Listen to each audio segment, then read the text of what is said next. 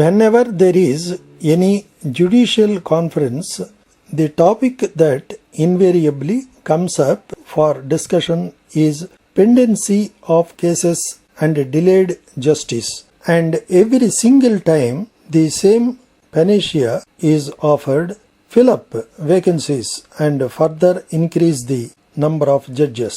Like his predecessors, the present Chief Justice of India too apportioned the blame on the executive for not making adequate appointments of judges to tackle the backlog of cases. While addressing the conference of Chief Ministers and Chief Justices of High Courts, Chief Justice almost broke down in the presence of the Prime Minister as he lamented that the judiciary was being condemned unnecessarily for the mounting judicial crisis. The malaise is deeper, and referring to judges to population ratio being low is simplistic. India is notorious for protracted litigation and trials. Civil cases continue for several generations. India, in fact, holds the record for the longest contested lawsuit according to the Guinness Book of World Records. The Law Commission, in its 120th report 1987 on manpower planning in judiciary, highlighted this problem and recommended increasing the number of judges. If we talk about the judge population ratio, we also must take into account the number of litigations in India. Since British times, it has been widely believed that the Indian population is extremely litigious. This piece of received wisdom is, however, far from the mark. Reliable data are scarce, and the state of record keeping makes collecting them in a daunting task. But there are sufficient bits to suggest that India is among the lowest in the world per capita use of courts.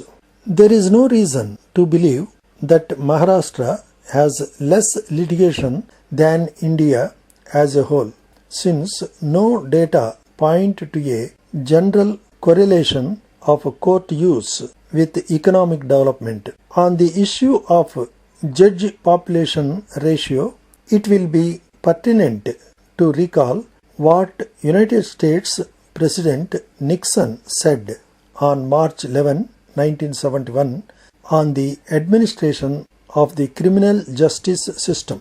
If we limit ourselves for more judges, more police, more lawyers operating in the same system, we will produce more backlog, more delays, more litigation, more jails and more criminals. More of the same is not the answer. What is needed now is genuine reform, the kind of change that requires imagination and daring and demands a focus on ultimate goals. The real cause of the escalating arrears is the absence of accountability and transparency. For more disposals and inexpensive justice, the purposeful therapy is not the arithmetical illusion of judicial numbers, but intelligent selection of robed brethren of result-oriented technology and summary procedure. A stereotype has been successfully created that judges are overworked and that the judicial system is crumbling under the load of cases. One can compare the disposal rate of a competent court with that of a not so competent court, and things will be crystal clear. Judicial incompetence is reflected in the new trend of keeping judgments reserved for a long time. The Supreme Court itself expressed annoyance over this. Earlier, judges generally dictated judgments running into hundreds of pages in the open court immediately after the hearing was over, or at least pronounced the operational part. Today, there are judges who reserve judgments for months and even years and then conveniently retire.